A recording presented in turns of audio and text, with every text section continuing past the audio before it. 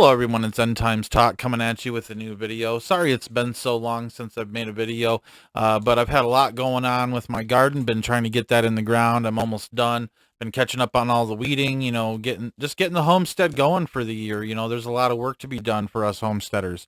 Anyways, y'all will probably see a good scratch on my forehead here. I had a run-in incident with a tree, so that's what that's from, so you guys are aware.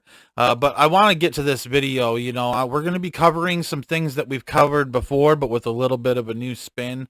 Something that has been on my mind really strong is Albert Pike's letters to Giuseppe Mazzini pertaining to the 3 world wars. Now, I will tell you that the First and Second World Wars happened exactly as they were written out. I mean, you can go look up Albert Pike's 3 World Wars letter to Giuseppe Mazzini, and you'll see for yourself that it absolutely happened exactly as it played out. I mean, to a T, they followed it to a T. All right. And something that I want to help you guys understand who Albert Pike was. Albert Pike was was the head of the southern chapters of Freemasonry. He was a slave driver. He was an evil man. He was an occultist. He was part of the KKK. He even still has a statue in Washington, D.C., even though they've had all these people, that have been canceled because of things that they've said and done, even like Dr. Seuss over really small things, people have been canceled.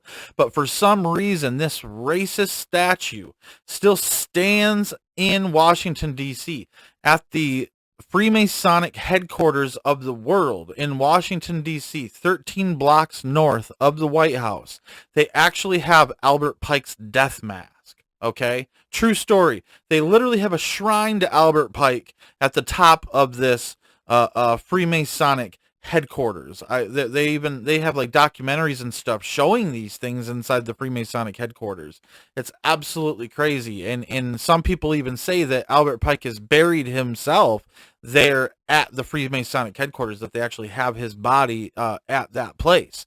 So why is this racist man, who should be canceled in today's standards and in society's eyes, the way things are now, he should be canceled immediately. But for some reason, his statue still stands because Albert Pike was one of the most famous Masonic writers of his time. He wrote what's called Morals and Dogma, which is basically the Freemasonic Bible. There's 2 versions. There's the esoteric and the exoteric. The esoteric is what they keep secret. The exoteric is what they allow the public to know. So there's 2 different versions, but Morals and Dogma is basically considered to be the Freemasonic Bible. Okay, that's what they use. Yeah, they'll have a King James Bible because they want to pretend to be Christians, because they want to get people to join their little clubs. But ultimately they focus on Morals and Dogma. In that book, Albert Pike writes to maintain the Freemasonic temple, in his words, the Freemasonic temple, in the purity of the Luciferian doctrine. Okay, so we know these people are Luciferians. Albert Pike was a Luciferian. But there's this letter, that was written to Giuseppe Mazzini, okay, and it entailed 3 world wars. All right, and I'm going to just read the 3rd World War to you. For those of you, some people can't read, so I want to get this information out there. The 3rd World War must be fomented by taking advantage of the differences caused by the agents of the Illuminati between the political Zionists and the leaders of the Islamic world. We're literally seeing Gaza, the West Bank. We're seeing Lebanon. We're seeing Iran. We're seeing Syria. We're seeing all these countries start to come together against Israel. So they want to cause differences between the political Zionists and the leaders of the Islamic world. It says here, the war must be conducted in such a way that Islam, the Muslim Arabic world, and political Zionism, the state of Israel, mutually destroy each other. That's what this is saying. All right. Now, we know in Ezekiel 38 and 39 that the Islamic armies do get destroyed. Okay, they do get destroyed. So, but it says in the Bible very clearly that Israel will never be destroyed. Okay, Israel is going to stand. God is never going to allow Israel to be overtaken like he has in the past.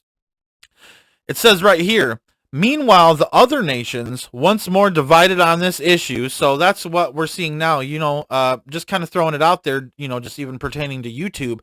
There is a whole faction of people on YouTube that are very pro-Palestinian. They're saying that the Palestinians are correct in what they're doing, and that they're not terrorists, that these people that have been, that have had a hard time all throughout their lives, and they've never had a place to be, and all this stuff. Man, you got tons of these Muslim Arabic nations like Iran and Iraq and Afghanistan and Egypt and all Lebanon and Jordan and Turkey, all these different places. You can't find a place to live in those areas to call your own. You have to take the Jews' land that was given to them rightfully by God. All right. I mean, it's thievery. It's flat out thievery. Anyways, so there's a division. There's a division between people who support the Palestinians. There's a division between the people who support the Jews. So meanwhile, it says right here, meanwhile, the other nations once more divided on this issue will be constrained to fight to the point of complete physical, moral, spiritual, and economical exhaustion. And that is happening more than ever. We are all being force-fed anger and being force-fed all this frustration. And then they allow people to take it out on each other. They're stirring the angry mob, so to speak. All right, they're literally stirring the angry mob, and that's kind of what they say here, that they're going to that people will be constrained to fight to their death, basically. All right, it says right here, we shall unleash the nihilists and the atheists. Now, and basically they have. That's Antifa. That's your 3-letter groups that are out there rioting, stirring up trouble. Okay, I'm not saying that there's any racial anything about this. Okay, that's not what I'm saying. What I'm saying is there are specific groups that are paid to go out there. Okay, and they're nihilistic and they're atheistic groups. Okay, that are anti-God, and they go out and they cause destruction, and they rant and they scream about how much they hate God. So it says right here, it says that it says right here, we shall unleash the nihilists and the atheists. So now we know who those people are. Okay, it says, and we shall provoke a formidable social cataclysm, which in all its horror will show clearly to the nations the effect of absolute atheism, the origin of savagery, and of the most bloody turmoil. So there's going to be an event. There's going to be an event. There's some form of big event, some form of social cataclysm, which they're going to release upon mankind around the same time that they're, bringing all this out of the woodwork. So we're right at the cusp of that, is what I'm trying to say right now. Okay, and so it says right here. Okay, then everywhere the citizens obliged to defend themselves against the world minority, not majority, minority of revolutionaries. All right, that's your your Antifa types, your 3-letter groups, your people who are out there stirring up trouble, burning things down, not being productive in society, just tearing down society. They're paid to tear down society. They're paid to help bring forth social disorder, social collapse. That's what's happening. Okay, so then everywhere the citizens obliged to defend themselves against the world minority of revolutionaries will exterminate those destroyers of civilization. So, we got Satanists that are absolutely saying they want the right to get angry enough to go out and pew pew and take care of all this nonsense that's going on in the world. That's what they want. They want a civil war between the good, the bad, and the ugly. Basically, is what they're saying. All right. So listen to this. It says listen to this. Then everywhere the citizens obliged to defend themselves against the world minority of revolutionaries will exterminate those destroyers of civilization, and the multitude disillusioned with Christianity. So they're looking at the right. They're saying the multitude. Multitude means the majority. Okay. So the majority of the world are people who are right-wing thinking, who are Christian, who have morals, who have a background. All right. But they're going to use this moment to lead the right into a violent act, okay? And then from that violent act, it says right here, all right, it says that these people are disillusioned with Christianity. Remember, these are Satanists writing this. They're saying that they're disillusioned with Christianity, and they say right here, whose deistic spirits will from that moment be without compass or direction, because everybody just committed a horrible sin, like went out and did this event where they want the citizens to be obligated to defend themselves. Okay, so after this defending yourselves event, basically it's going to send the Christians spinning, because you just did what you had to do. And you can talk to anybody who's ever been in any form of combat situation whatsoever. It changes you. It doesn't matter if you're a man, a woman, or a child. All right, because there's people who have had to pull the trigger on maybe like home intruders or something like that. A child protecting his family, knows how to defend the family. You know what I'm saying? And there's people who take care of themselves. All right, but it changes a person. It changes a person when you commit that act. All right, you can't go back from that. So it says right here. All right, it says right here that they'll be without compass or direction, anxious for an ideal, but without knowing where to render its adoration, will receive the true light through the universal manifestation of the pure doctrine of Lucifer, brought finally out into the public view. And that's what they're doing. Look at the whole, just using this as an example here. Look at the Harry Potter situation, okay? Look at this whole Harry Potter stuff. They keep the witchcraft a secret. They don't want the muggles to know. They even have this group of people in the Harry Potter movies that go around covering up when magic spills over into the muggle world. All right? Think about that for a second.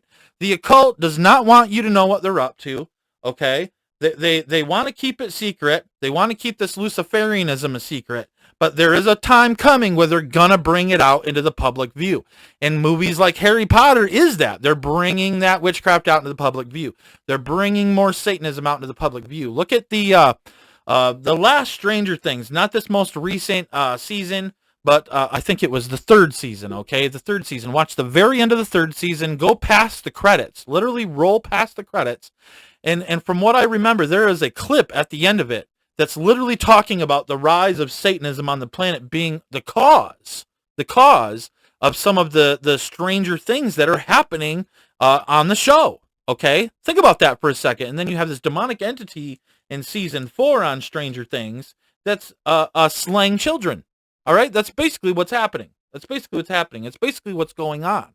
All right, in Stranger Things, they're basically telling you a truth that this stuff is going to come out into the open more, and they're using shows like that. They're using movies like Harry Potter. They're using music, all this stuff to put Luciferianism out into the public view. And that's how we know we're getting close to this as well, because they're starting to let the cat out of the bag. They're not keeping the Luciferianism a secret as much anymore. It's actually exploding worldwide, believe it or not, in the underground. It really is. So, they want a war between Israel and the Muslim Arabic world, okay? And I think what's happening with Russia and Ukraine is, and I was told this by my buddy who is ex-Illuminati, that Russia will win the war against Ukraine and will also defeat Poland. Russia's going to defeat Poland as too. They're going to absorb those nations into their sector as part of their kingdom out of the 10 kingdoms. Okay, so they're reorganizing the earth into a new world order, into a 10 kingdom government that 10 kings are going to head up, that are going to give their power over to the beast in 1 hour. That's what happens. That's literally what's happening. It's forming right now. But they're also using the war with Russia and Ukraine because they're paving a path, an Ezekiel 38 and 39 path for Russia and I'm talking about the southern parts of Russia. There's a lot of Islamic sectors in southern Russia, all right, that I think are going to be involved in this, but they're going to come down from Russia, and they're going to lead all these Islamic armies, and they're going to move through the Ukraine, then into Syria, then down into Israel. They're literally clearing a path for these massive armies, all right, like Russia and Turkey, to get down to Israel. That's part of this. I mean, biblical prophecy is literally a path is being paved for biblical prophecy to be fulfilled right before our very eyes. We are in the time frame here. Okay, Joel chapter 3. I mean, if you clearly read it, Joel chapter 3, which is it's come to pass. It's absolutely come to pass. If you read it, it's not talking about a war happening. It's talking about a war forming. And that's what's going on. Joel chapter 3 right now. I mean, read it. Get in your Bible. Read your Bible. It's being fulfilled right before our very eyes. I'll prove it to you.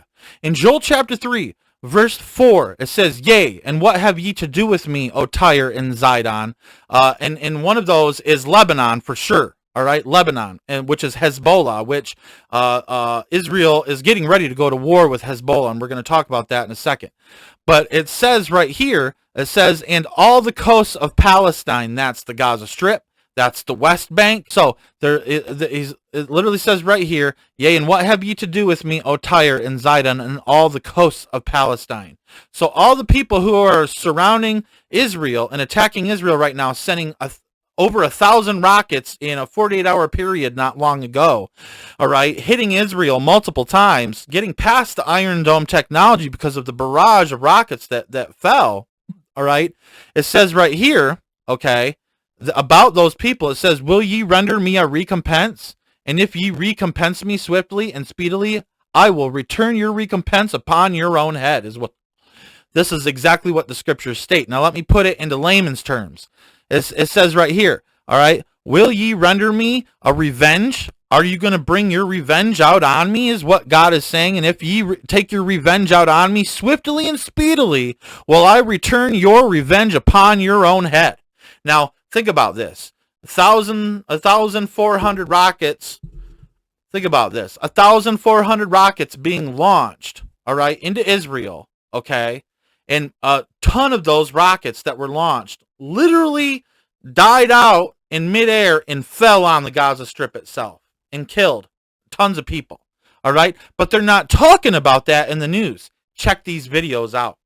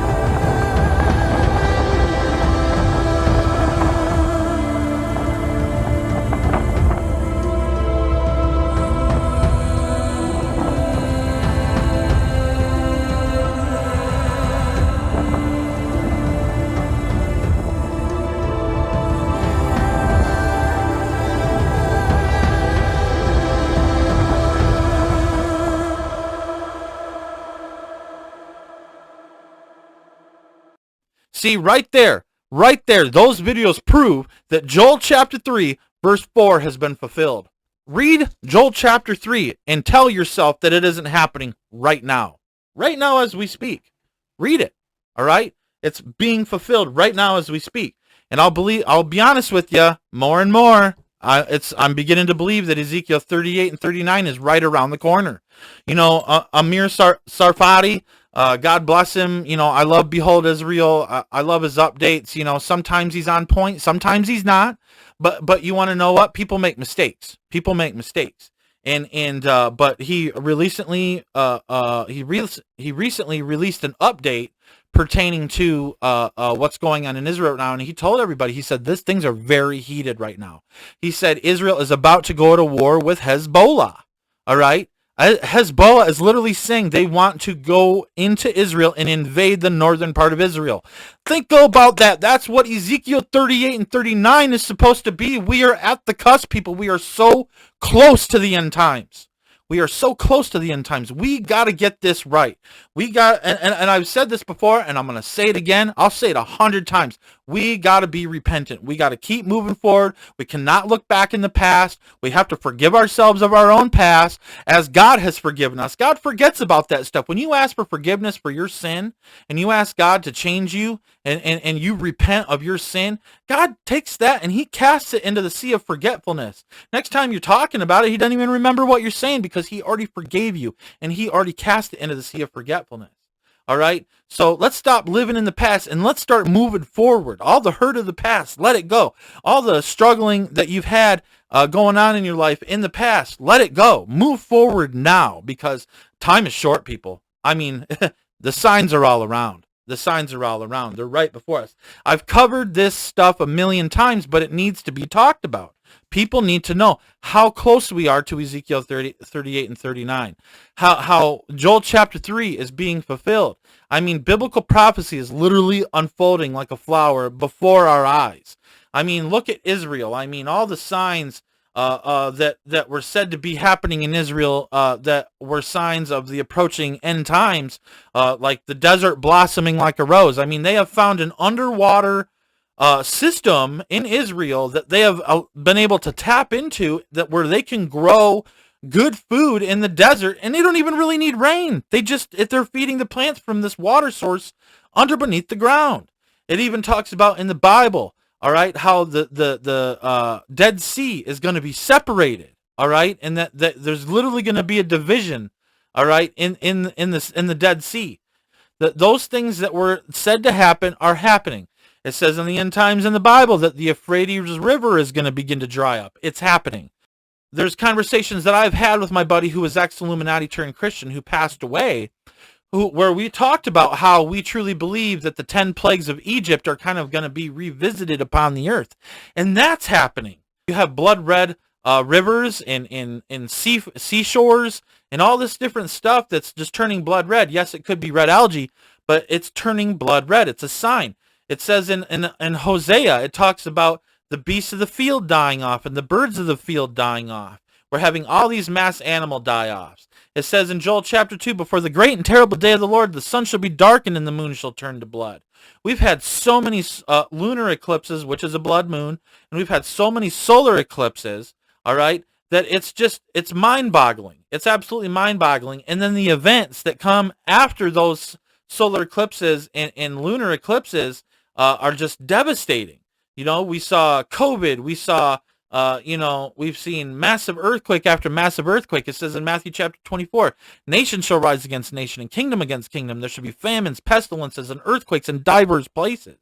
Okay? We're having more earthquakes in more diverse places than we've ever had before.